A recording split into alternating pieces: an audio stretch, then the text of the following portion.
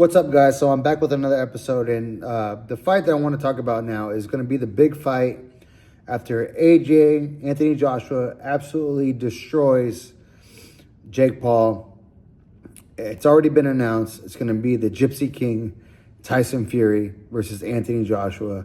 And this fight, to be honest, it should have been made back in, I think I had written down my notes. Should have been made in 2022, after Tyson Fury went on the run. So when he was on his road back after he beat Vladimir Klitschko, stepped away back in 2019, and then he beats Vladimir Klitschko in 2015. He had every single title except for the WBC, but he was the unified heavyweight champion. He steps away for almost 3 years. Gets big, like he was over 400 pounds, comes back, dealing with mental illness and all this type of stuff, and then he comes back, makes his way back because Deontay Wilder is the champion at that time, and then AJ was the unified champ because he had all the other belts except for the WBC, and Deontay Wilder had the WBC title back over here in the States. So he makes his way back, beats Safari, Francisco Pañeta, and then he fights Deontay Wilder December 1st, 2018, Staples Center, Los Angeles, California, for the WBC heavyweight title and the lineal crown. Because, all right, so the thing about the lineal heavyweight title is the lineal crown goes to the person that everyone believes is a real heavyweight champion, because there's so many belts in boxing, because you have the Ring Magazine, the WBC, the WBO, the IBF, and the WBA. So at any given time, 4 people can be considered the heavyweight champion of the world, right?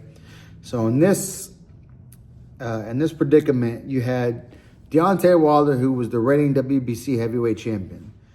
Across the pond, you had AJ, who had the WBA, WBO, IBF. I believe he had the IBA and the Ring Magazine. So he had 5 titles, but he wasn't the undisputed champion because he didn't have the WBC belt, which Deontay Wilder held. So December 1st, 2018, on his road back, Tyson Fury goes to a draw with Deontay Wilder. That's the epic fight where Tyson Fury, I believe, got robbed blindly. He beat Deontay Wilder every single round.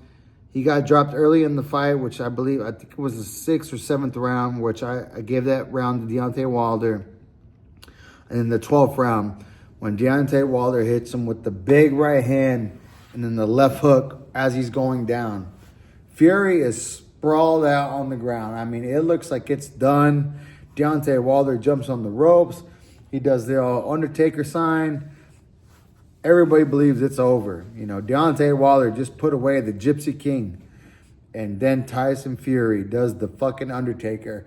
Sits up, gets up, beats the count, and then comes back and wins the rest of that round. And doesn't just win it, wins it decisively. Like, he was putting the work on Deontay Wilder in the rest of that 12th round. It goes to a draw. I got to be honest. I only gave Deontay Wilder those 2 rounds. And even if they were knockdown rounds, that's only 4 rounds out of 12. So for those of y'all who don't understand the scoring system in boxing, it's a 10-point must system. So the winner of the round gets 10 points, the loser gets 9 points. If you get knocked down, it's 10 points to the winner, 8 points to the one that get knocked down. If you get knocked down twice, then it's 10-7, and then so on, right? So I'd only given Deontay Wilder 2 10-8 rounds that fight, which would give him 4 rounds, technically, off the point system. So I still had Fury winning 8-4 rounds. And it was a draw. Call it boxing politics, call it what you want, but I thought Tyson Fury got screwed in that fight. I believe he should have won that fight, but it was a draw. It was in LA. Deontay Wilder is the American. Okay, it is what it is. He goes on, beats Tom Schwartz TKO, 2nd round out of 12. beats Otto Wallin, who's a quality opponent, beats him unanimous decision. I believe that's the fight that he got just absolutely gashed open badly over his eye. Kept fighting. They didn't stop it. He wins. Unanimous decision. After that fight, that's when they do the MGM Garden Arena, February 22nd, 2020. He beats Deontay Wilder TKO. That's the fight where Deontay Wilder came out with all this fucking like RoboCop gear on. And then he used the excuse that his legs were worn out by the time he got to the ring. And that's the fight where Tyson Fury caught him behind the ear. Everybody thought he had a busted eardrum. He was getting worked on. And his corner stopped the fight in the 7th round. And, you know, Deontay started throwing his corner under the bus, his trainer under the bus. Everybody, like, you know, they should never stop that fight. Whatever it was, whatever the case may be, Deontay Wilder's a warrior, so I'll never take that away from him. But I just didn't like that when he lost, he made that many excuses. You know, and I was a big fan of Deontay Wilder until he ran into the Gypsy King, because I knew who Tyson Fury was. I watched his fight with Vladimir Klitschko. I've always been a big fan of Tyson Fury. So that happens. They run it back immediately. October 9th, 2021, the next year after, about 8-10 months later. And that's when Tyson Fury gets the big, vicious KO in the 11th round. Both guys have been down. He had dropped Wilder twice in that fight. Wilder dropped him once in that fight. And then it was in the 11th when he lands the big right hand and just KOs Deontay Wilder off the ropes. It was at T-Mobile Arena. Wow, man, it was just an amazing... That fight is... I still watch that fight when I'm doing cardio. If I'm on the treadmill, I'll put that fight on. It was such an amazing fight. But I said this because after he won that fight, he retained his WBC title, and he was still the ring heavyweight champion and the lineal heavyweight champ. So the lineal champ, as I already said, everyone believes that you are the best heavyweight in the world. Even if you don't have all the titles, you're the lineal heavyweight champion, right?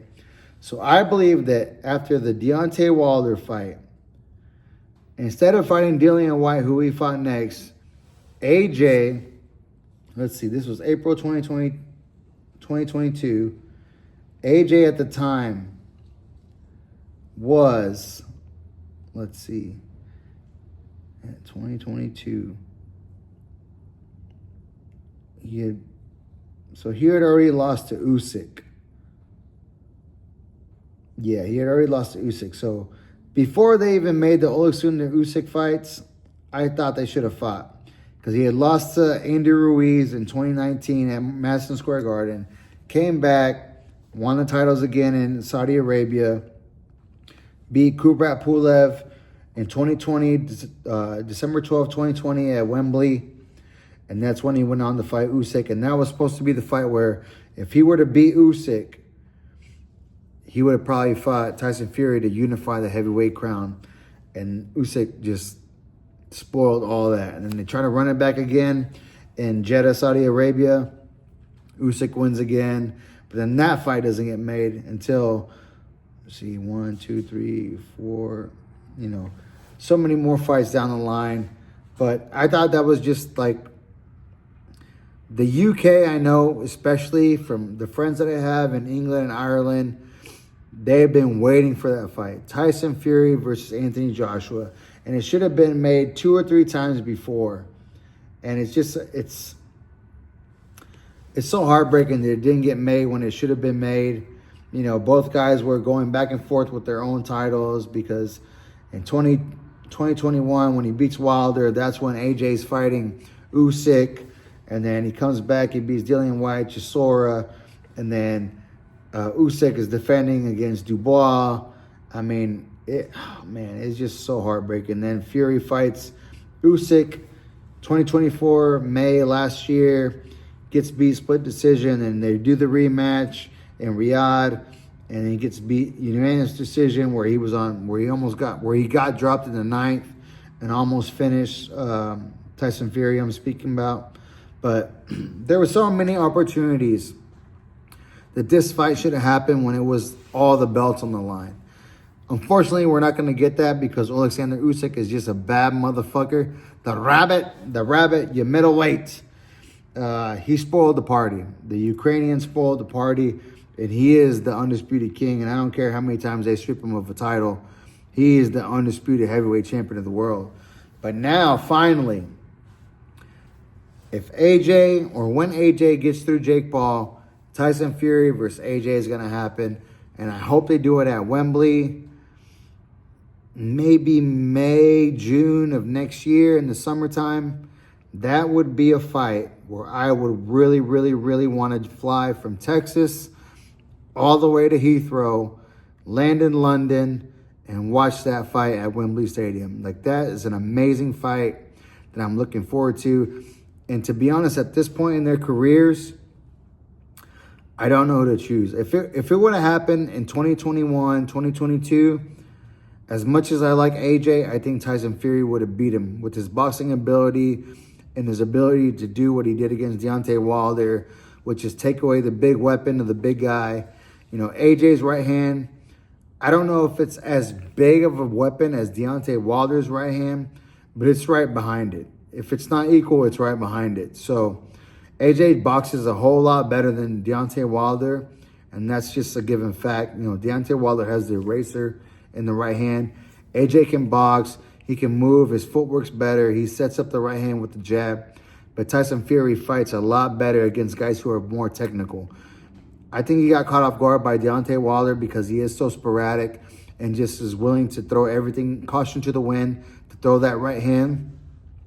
But then after they fought 3 times, you know, he had already kind of picked up on his traits and his hints and everything. So he was able to get Deontay Wilder out of there the last 2 out of the 3 fights. But AJ Tyson Fury is going to be an amazing fight. It's going to be huge, not only for British boxing, but the whole world, heavyweight title boxing in the whole world. So I'm looking forward to it.